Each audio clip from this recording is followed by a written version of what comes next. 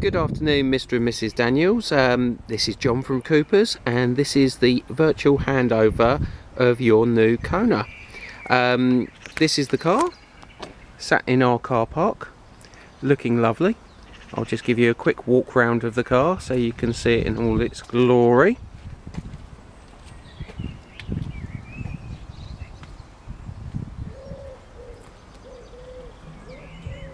Fuel flap is on the passenger side, and there is a release inside the car which I'll show you when we open the door.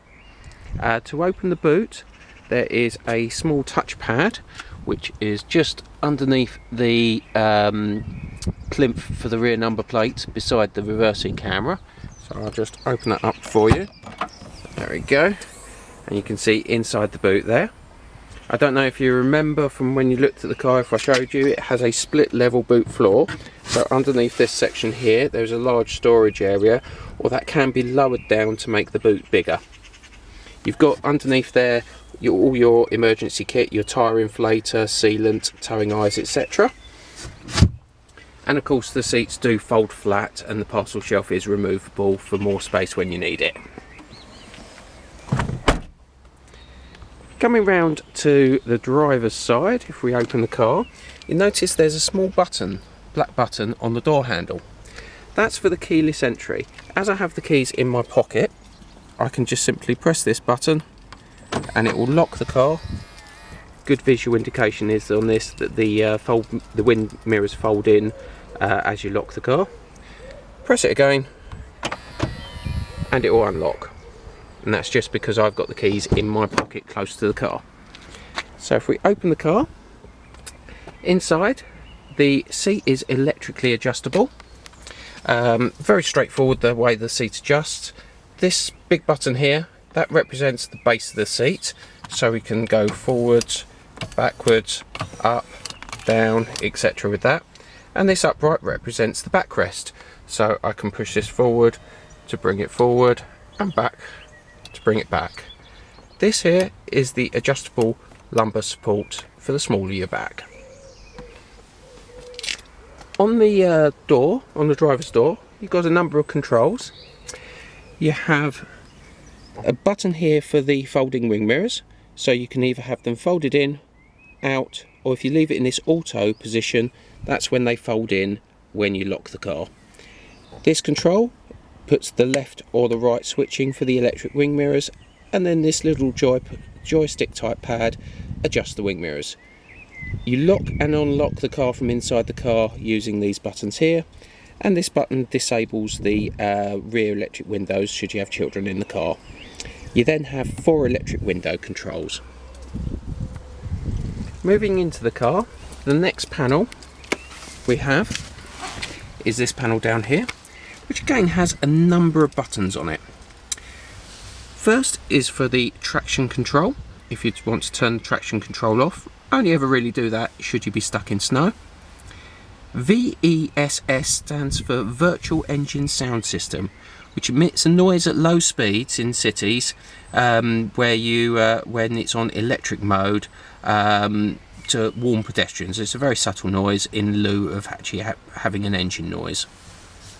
This here is your lane departure warning and lane keep assist.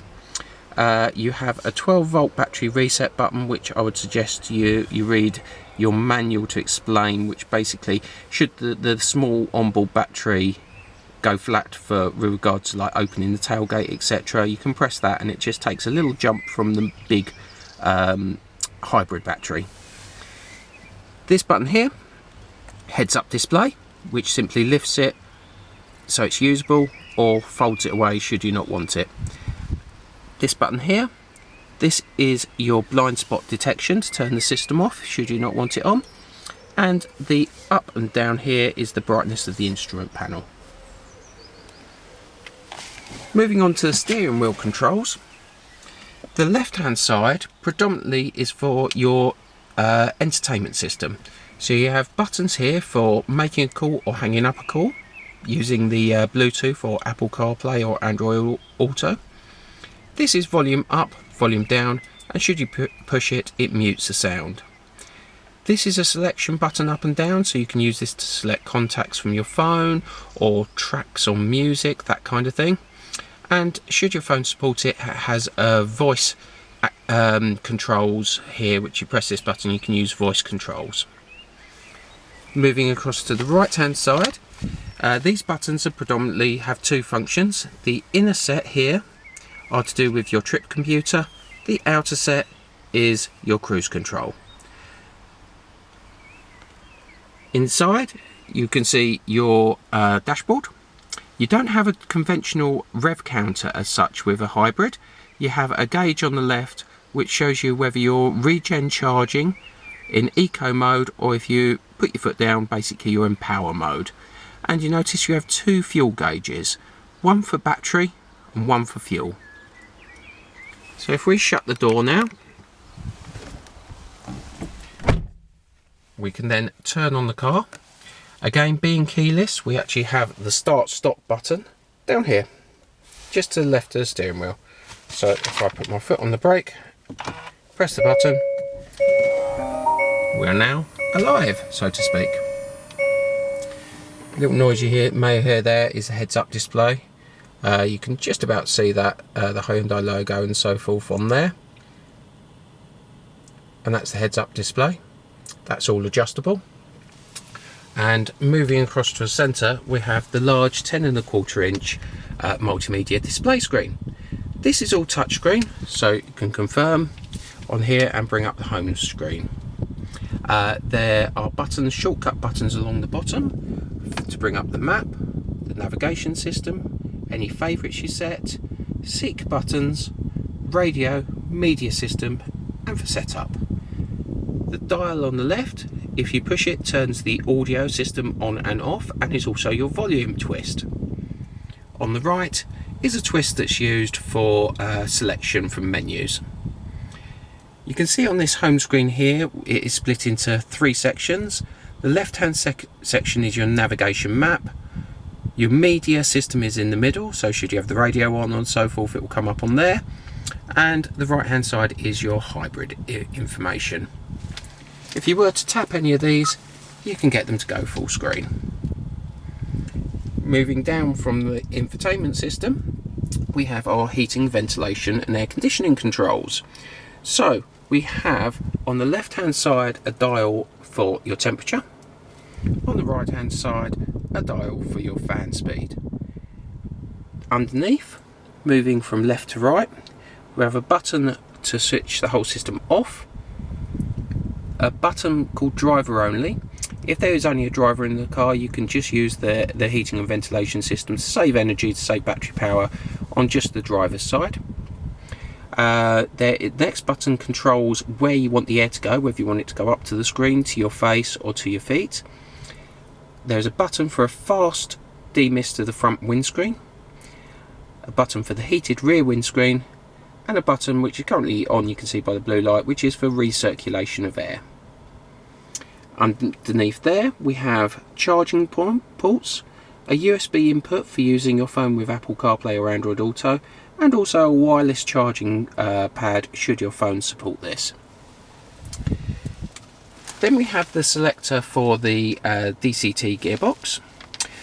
We have 4 positions on the selector: park, reverse, neutral and drive. In drive you can move the stick to the right, I will show you, and then you can manually select up gears and down gears in a Tiptronic fashion. If I just move the selector to reverse, you can see the reversing camera and parking sensors come up automatically on the screen. There's a couple of buttons next to the selector.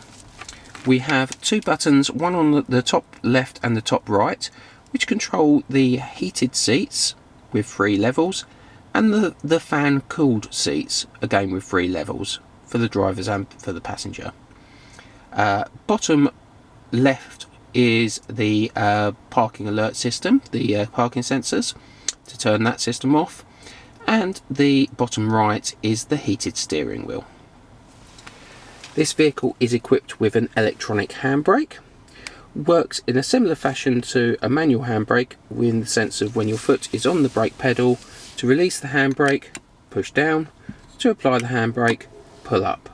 There's also an auto hold function which will automatically apply some handbrake on a incline, so you don't roll back at any point when you're pulling away.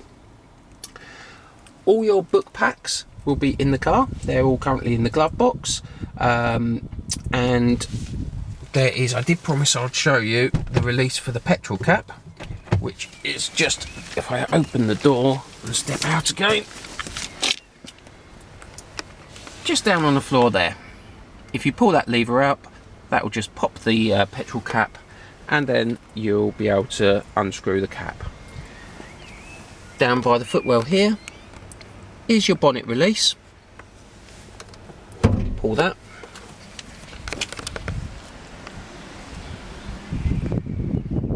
And then underneath the bonnet, I'll release the bonnet, the catch is in the middle here, push to the left.